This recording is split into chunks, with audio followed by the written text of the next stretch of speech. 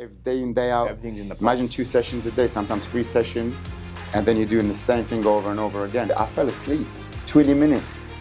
I was having nightmares, I think. Wow. And I recommend this to all the youngsters as well. I think doing martial arts from a very young age saved me from so much. I'm joined today by Pablo Benn, winner of the London British English Boxing Championship. He's also the winner of the International Boxing Super Series and holds an undefeated track record in the sport of 12 wins and 0 losses. In kickboxing, he's the ISCA K1 British champion with, again, an undefeated track record of 19 wins and 0 losses. Having started his track record in MMA, having 11 fights and winning 8 of them, he's also got an undefeated track record in Muay Thai with 7 wins and 0 losses. Today I'm joined by Pablo, the Barbarian Benn. So good to have you, my friend. Good to have you, bro. What I really want to do is just understand more about your history in the sport. You've been doing this for such a long time. You've been competing in combat sports for over a decade now. You've got experience across MMA, Muay Thai, kickboxing, boxing.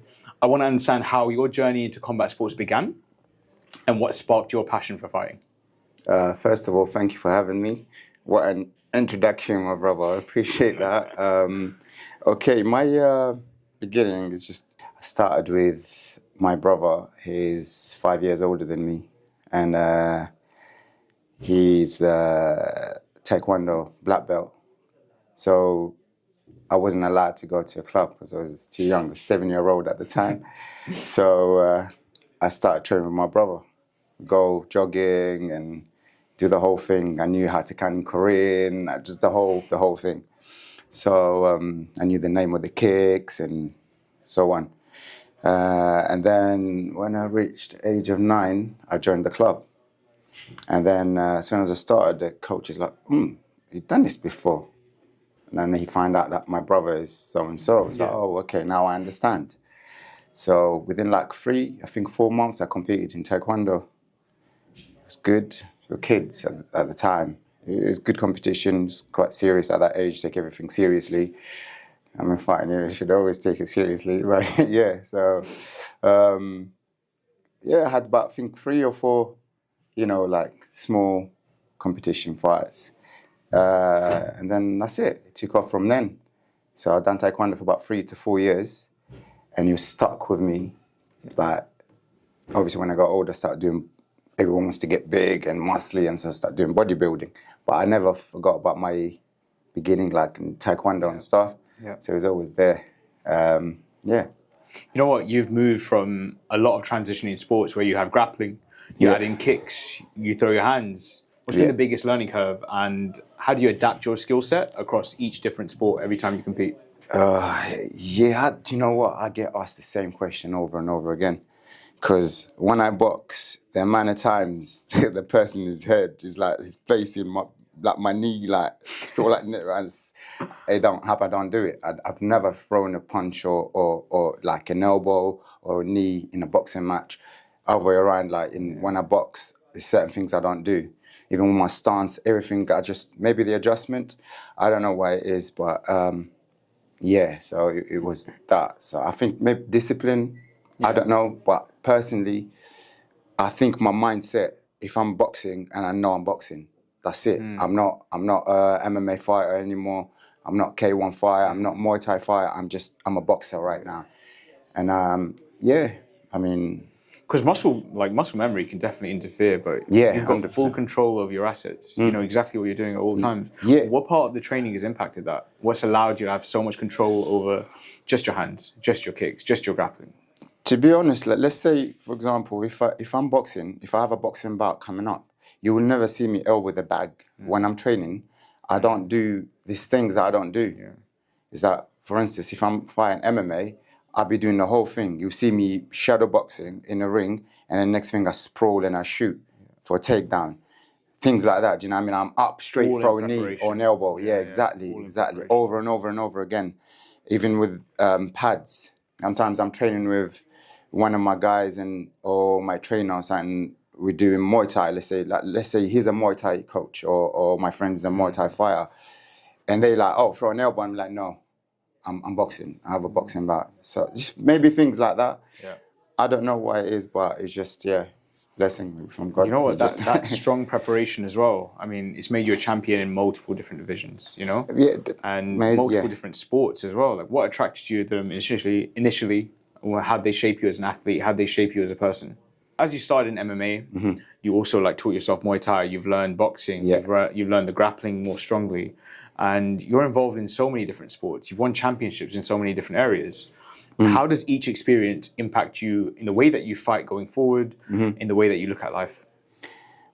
Well, this is what I say. Fighting in general is about commitment. It's dedication right there. I mean, you look at champions like Khabib and Islam, and they just, the way they live their life, the way they commit themselves to the game is unbelievable. Yeah.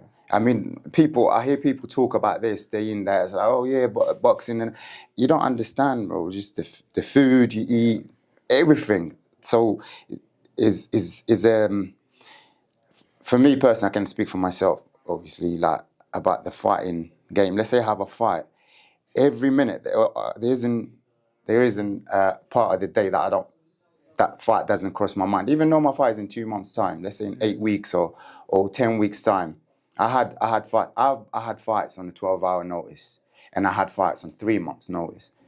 Nothing had fights changes. On less notice than that as well. My first pro MMA fight was on 12-hour notice. And I fought a veteran, Dyson Roberts.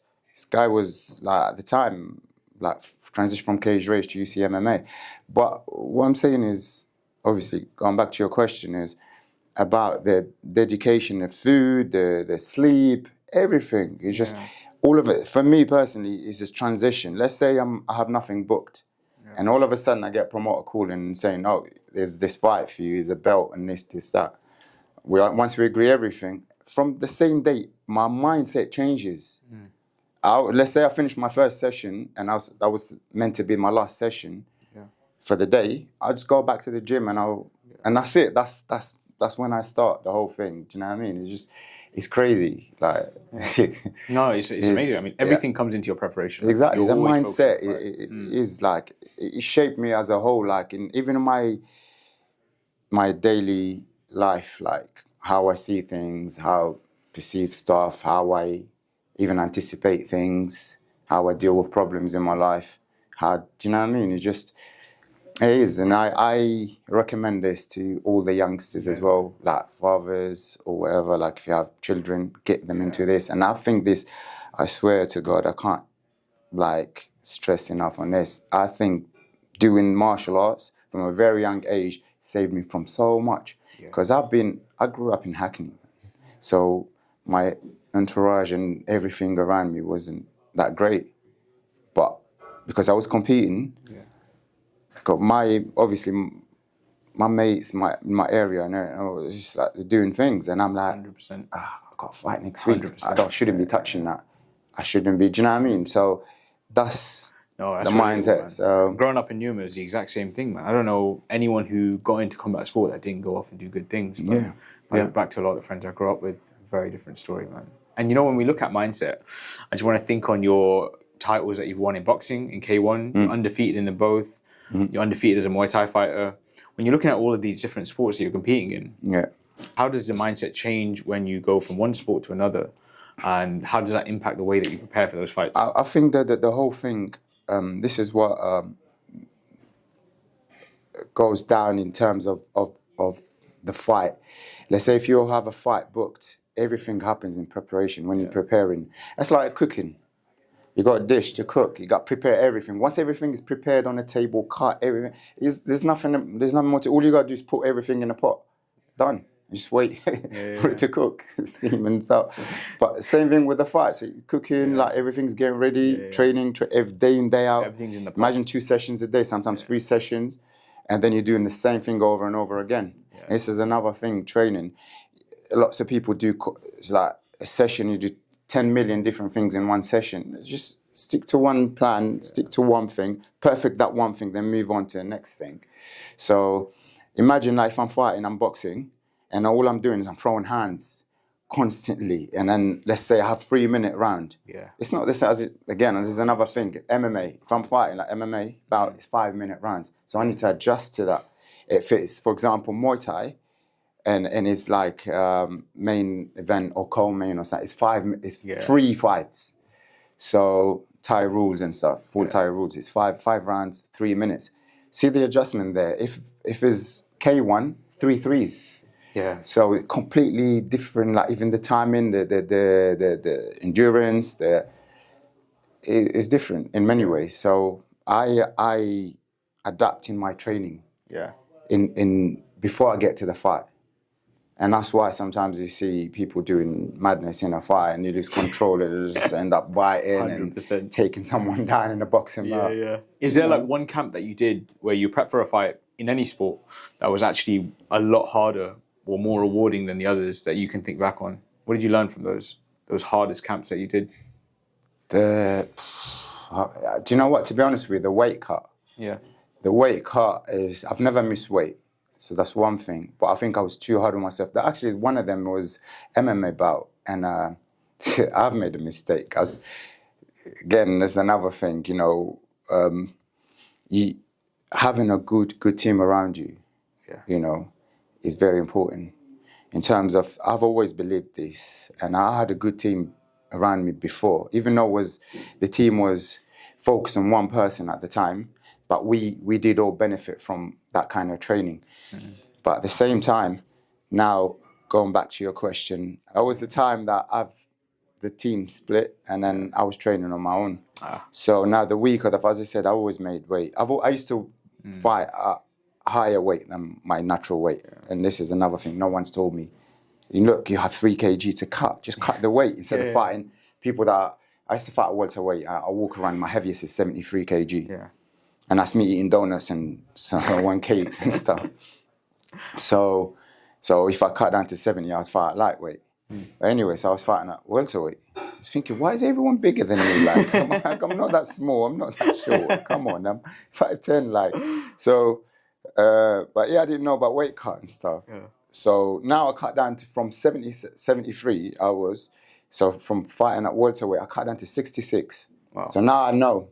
Yeah. Once I've split from the team and stuff, like everyone just thinking. Now people are looking at you thinking, why is he so big? Yeah, exactly. And it felt like that. Yeah. So 66 kg, but I didn't know how to cut weight properly. I knew about the Epsom salt bath and so on. And then few days before the fight, I weighed myself and I'm 66. I thought, whoa, I've got a whole week to the fight. Yeah. It's about 5, 6, 7 days, something like that. And I was like, might as well eat. I was starving. Yeah. So night time, I didn't even know when to eat and when not to eat. I did eat anyway. And then Thursday, let's say we're weighing on Friday. Thursday, I weigh myself and I'm 69. No, I was 71. Oh, I was 74 kilo to cut. 4 or 5 kg to cut. Oh my God. That was that was, I went through hell. So I had to cut the weight, but it was brutal. Do you know what? We've actually got a researcher on our team that looks into dehydration. And what he does is he puts gum shields into people's mouths who are fighting and then tracks brain impact of concussion. Yeah. And he does that throughout their weight cuts. Definitely, I was so impacted back then. Because that day I had an Epsom salt bath at night, about 10 o'clock at night. So timing was wrong because now Epsom salt, super hot, by myself. Wow. I was at home on my own. Yeah. It's a lot of weight. The bath was so hot. I've made it super hot. I didn't know. It was boiling hot. Lots of Epsom salt in it. I think more than I should put in there. Supposed to stay there 10 to 15 minutes. I stayed there. I fell asleep. 20 minutes. And then I was having nightmares, I think. Wow. I was up. And then next thing, I got up so quick, I blacked out. I just held on to the walls and I was there for like couple of minutes. Yeah. If I fell, I don't know, I would have hit my head on side. I would have probably died. I went to sleep, I put so much clothes on, like 3-4 layers. I was sweating the whole night. Still cutting weight throughout the night. Yeah, this is Thursday. I need to make weight by 10 o'clock Friday. And then this big show, it was Cage Rage, UCMMA. And then next day, I woke up at 8 o'clock. So I went to sleep about 12, up at 8. sweating the whole night. I couldn't sleep properly because I had to Wow. just keep getting changed, sweating the whole night. And then 8 o'clock, I'm out, went for a run. I went to Canary Wharf, and up the stairs, back and down. And I'd done a full workout. Wow. And then I went to the weigh-in. I was bang on 66. The guy is I think he's, at the time, one of Jimmy Manuel's boys. So they want to make it harder for me. I was on my own, as I said. I went to the weigh-in, and the guy had about 10 people with him there. I was staring at all of them. I was like, it's madness, man. So on the scale 66.0, and they're like, no, you need to cut more. I was like, what?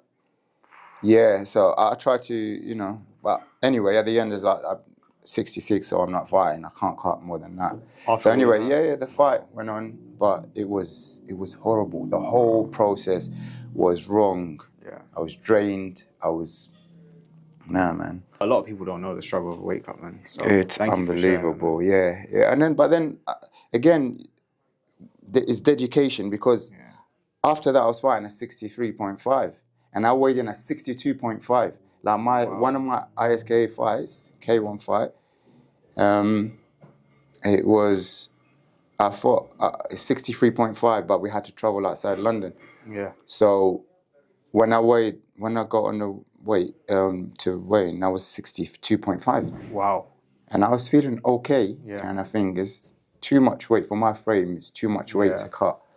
But you must have been a powerhouse at 60, like 63, 64 kilos, bro. It felt good, but too much cut. Obviously, you lose a bit of everything. Muscle. Once you start cutting up, because with me, I don't have much fat anyway. You're already in shape, like exactly. Right? So now I know what I'm cutting. I mean, when I'm dropping, it's too much water cut, and there's nothing there, and then muscle start obviously. Yeah. Do you know what? Discipline is like a big and important factor into training, but so is motivation, man. And you're quite a local legend around East London because you've been doing this for so long. Yeah. Everyone knows you, bro. And so when I think of that, what actually keeps you motivated through victory and in defeat?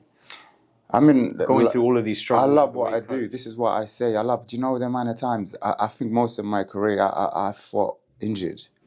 I had so many injuries, like too many. I'm not gonna name them, but yeah, I don't remember me fighting with no injuries, and I made it worse even throughout training. And one thing I'm known as, one of my boxing coaches, very experienced coach, and he said this guy, I remember in an interview before the fight, he said one thing. Obviously, I didn't know what he was going to say, and I was quite surprised. I actually looked at him in the interview, and I'm like, he said, Pab's downfall, there's nothing new I'm going to do with him in terms of the training camp. I'm going to get him to train less.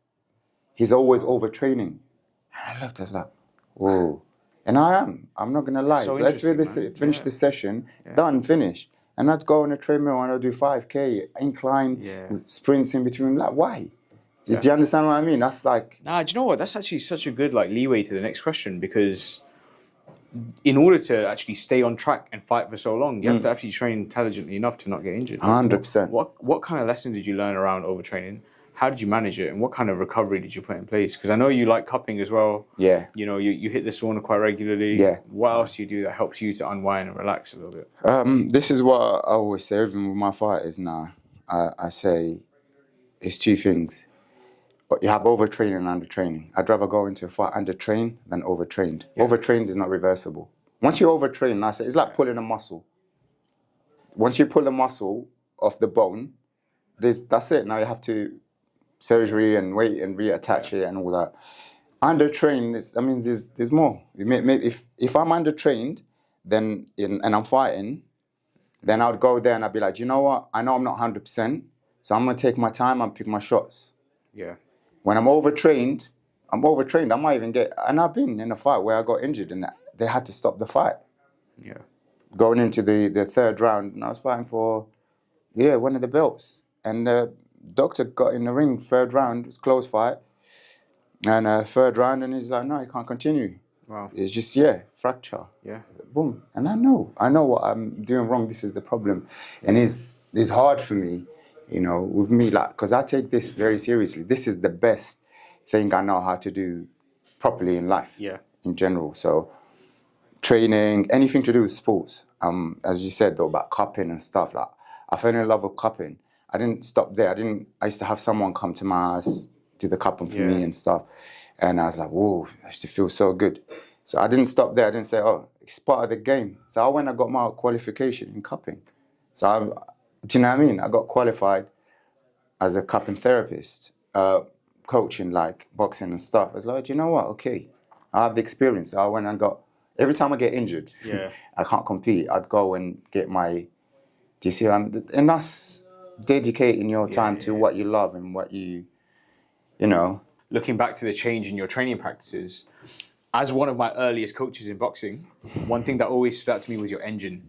I mean, you had amazing stamina. You used to train with so much intensity. You just mentioned doing a big session, boxing 12 rounds, and you're running a 5K afterwards in like 20 minutes. Yeah. So when you're training for a big match, for one of these championship bouts, what does training look like for you in a typical week? Oh, okay. Well, this is what I say.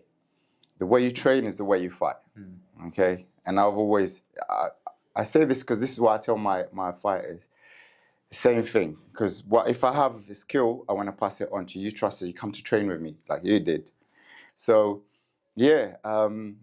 What do I say is the way you train is the way you fight. It's like you learning a language. Let's say you learn Spanish, and you practice once a week, and then all of a sudden, like 3 weeks or 4 weeks later, you go to Spain, and you're like, you ain't gonna say nothing. Nothing can come out. It's like hola, hola. That's it. Do you know what I mean? But if you practice every single day for an hour or a couple of hours, seriously, a month, you go to Spain and you just go, naturally, you're going to, do you know what I mean? So same thing with fighting. If you train with high intensity and that's how you're going to fight, you know. And it's like, I've been getting, you said obviously the way I train and the way I fight. My coach, like, we used to train and I'm always like that. It's like hyperactive. The barbarian. So I was given that name. It's the way I fight and just gunning them down. Exactly. So the training, obviously, as I said, but if the fight is booked, then the training is different. Now, as I said, let's say I finish my training session and I get a call from the promoter saying, "There's a fight. He's agreed." I head back to the gym that day. I have to do a session now, and that session is included into my training camp now. I start counting from then. Anything before that doesn't count. As soon as the fight's agreed, exactly. Starts. Everything before that is just keeping me active, keeping me, going, like, you know. But once the fight is booked, it's different game now. Even the run changes. It's uphill run. It's not chilled run anymore. A run that when I come out, I'm drenched in sweat. When I'm off the treadmill, I'm breathing heavy. I want to feel it, like my heartbeat's going up high, you know, and then that's it. Do you know what a really good example is of the engine? The Pablo Benn engine, the Barbarian engine. Do you know what it is? It's your K1 record, bro. Because when I think about your time in Iska and your championship belts, I also think of the feud up north, where you fought 4 people in a tournament. Oh, right? Yeah, this one here, I mean, firstly, like, this is a tournament where you've got 4 people fighting back to back. So just tell me about that. I mean, I want to know how you even trained for something like that. I mean, Frank Bruno was there, so I had to impress them. He came into the ring. It was reasonable. So, yeah, but to be honest with you, that day, it was, it's a mindset. I said, once you set your mind into something, that's it. It's set. Once the fight is accepted and the deal is there, that's it. You just gotta do it. Just back it up. So with that one, it was booked. You know, everything was agreed. We went up there, and it's a good show. So, but the deal was to fight the first person, and then no decision made. Like, you fight and then you have another fight after. I was told minimum time between the fights is 2 hours. But drop the guy, and then back to the changing room. We didn't even reach the changing room yet. Stepped into the changing room, about to take off the gloves and everything. Oh, you're in next. Ooh. I was like, in my corner now, I start going, "Match, what do you mean?" So you don't even make it back to your changing room? Yeah, we're just stepping into the changing room. And the guy, you know, the runners in the show is, "Oh, you're next." Well, I personally thought they've made a mistake, thingy. But then they were adamant, like, So my corner started arguing. I said, look, he said, you have 10 minutes or 5 minutes. Frank Bruno's out there, you know? Sitting there, do you know what I mean? So maybe they wanted to see me. Yeah, I don't know. So I went back in there. Yeah. My corner, as I said, they tried to argue. I said, look, let's use this time, utilize it to get me ready.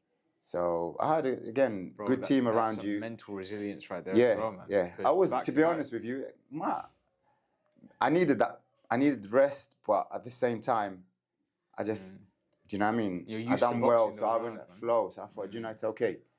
When I need a few minutes, that's okay. I'm back in there. Yeah, well. So you fought back to back in front of boxing royalty, and you took the tournament. Yeah, it was a blessing from God. You know what I mean? Yeah, so if we're still on insane feats, where it's not the only one, because I recall you you grappled in the Southend tournament. I think it's this one. Yeah, jiu-jitsu. So you won a silver. So, this one. Yeah, is it this one or the other one? Yeah. Anyway, this one. Yeah. So then you came back. What, a year later? It's funny. I went for this one. Yeah. I think it was at 70 kg. I thought it was really good. Yeah. The next year, it's every year, Southend, every year. And then I went back the next year. I was a bit late.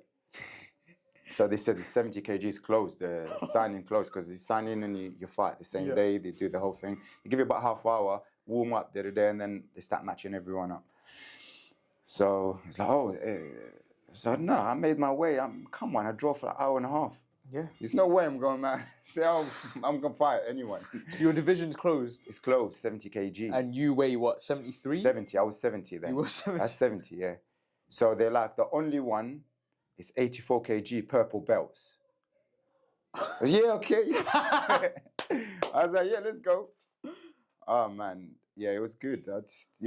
And you know what? We're going to cut to a clip right now of you... Oh, you got body slamming someone. How tall is this guy? The guy is 6 something. He's massive. I picked him up. No, it's funny. You see that? I picked him up, and I went to the ref. I said, "Can I slam him?" I know I can't. I know I can't. And she's like, "No, you can't." And I was like this to him. I was like, "Don't worry, I was only playing." I put him down nice. He's a nice guy though. Bro. He's a nice guy. But you know what? End of the fight, I pulled my groin. Yeah. It was really bad, and I had to fight.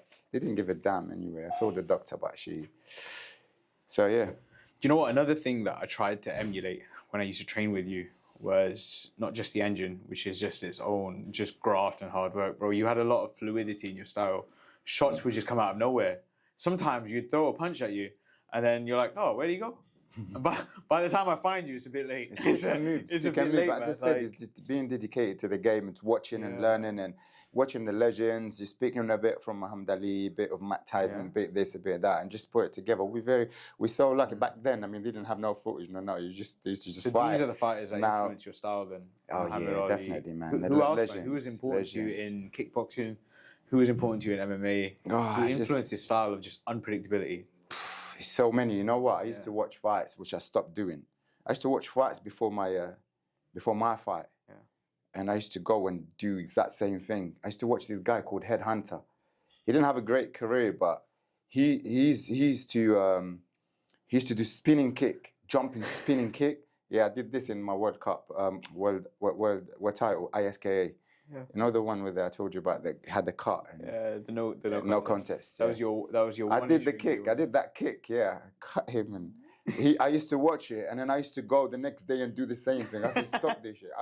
Obviously, when it was no contest, I said I'm doing that no more. Yeah, of course, man. So because the rules are different from one, and back then they used to do different rules, and now it's different. Yeah. Now when you do that spinning kick and you land it, they count it as if like you touched the floor.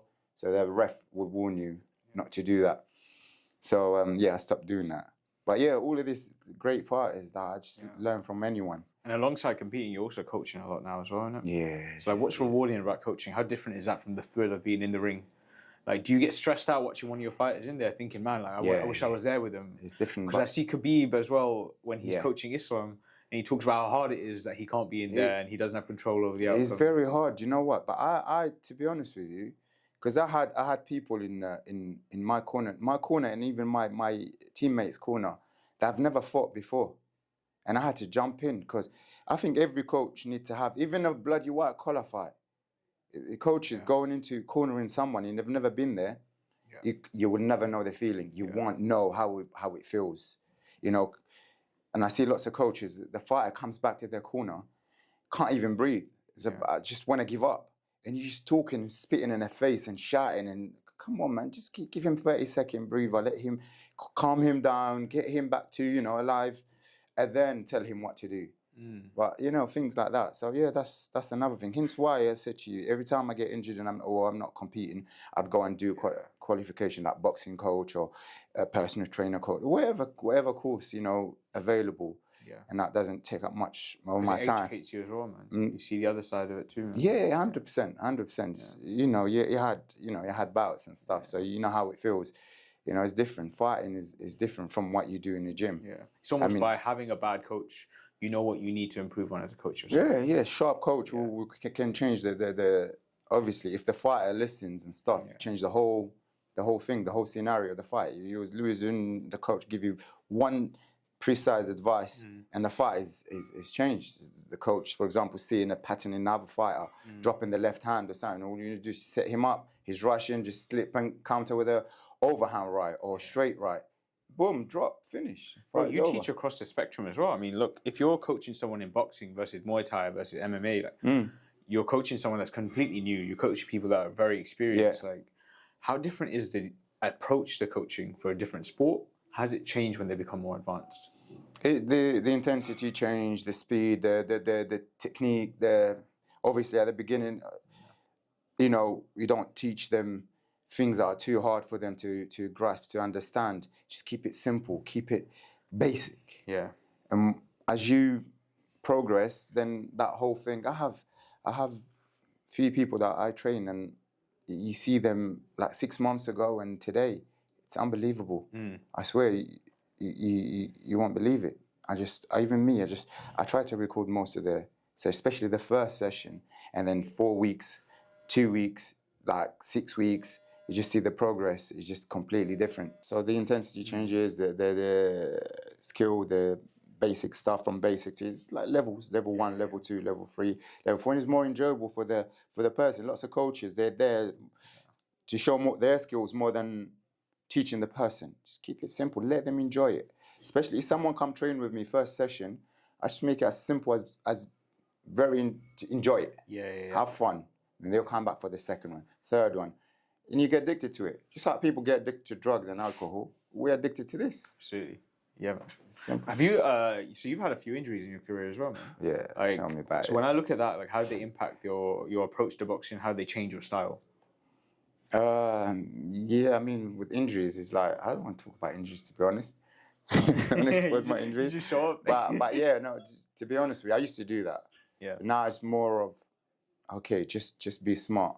Yeah. And experience kicks in as well. So if you're injured, there's certain things you don't do. Let's do you say do like prehab? Is that a thing? Like where before you get injured, you're kind of doing these things to strengthen you up beforehand? Yeah, that's one thing. And another thing, don't do things that trigger that injury in training.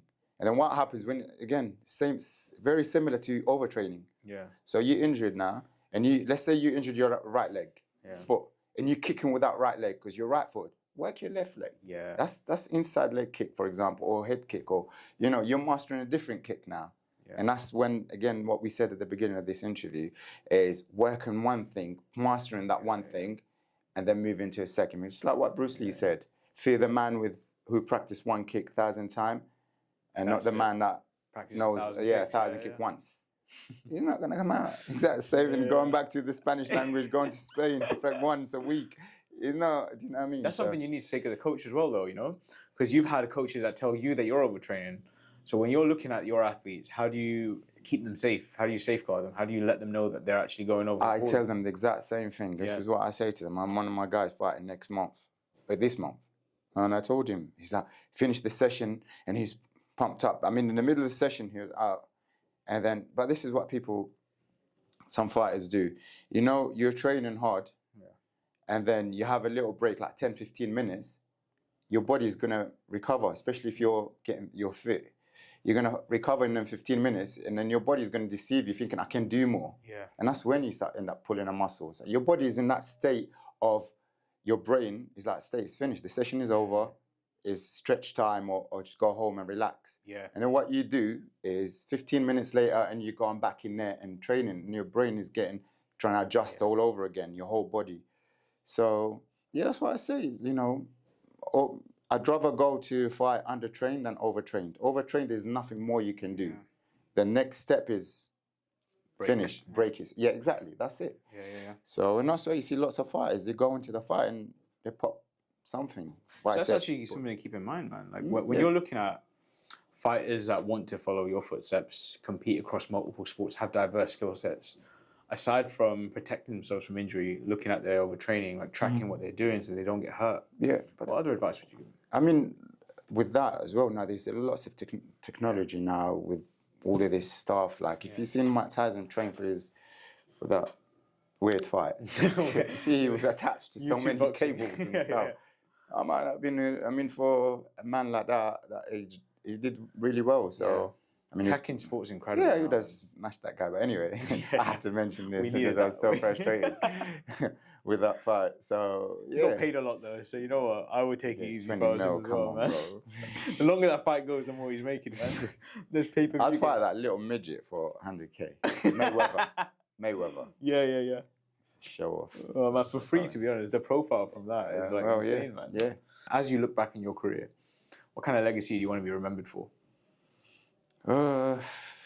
Legacy. To be honest, like this is all exciting. Back then, when you win it, it's a blessing. But for me, is trying to help people. Just me keeping fit and enjoying what I enjoy. That's my legacy. I don't intend to leave anything for. If people look up to me and think, oh, I want to be like that. I don't want to be doing drugs, or like, let's say kids or the younger generation not do drugs. I want to be healthy, no smoking. Perfect for me. That's a good legacy. Anything goes. It doesn't really matter. You know what I mean? You did this because you love it. Yeah, and if you want to take this seriously and take it, make sure you find good people around you, good team, good management. It's like me, I've done all of this on my own. I'm not saying it's great. It's not good. Trust me, because I was booking my own fights. I was doing things by myself. It's not. When you have someone, like using time wisely, be smart. Someone that can book the fight for you, that you trust. Someone can help with your training. Do you know what I mean? That's proper well-rounded team. You can go far. Yeah, man. Bro, thank you so much for joining me. Thank you. I appreciate the time, though. Thank you. Appreciate you, bro.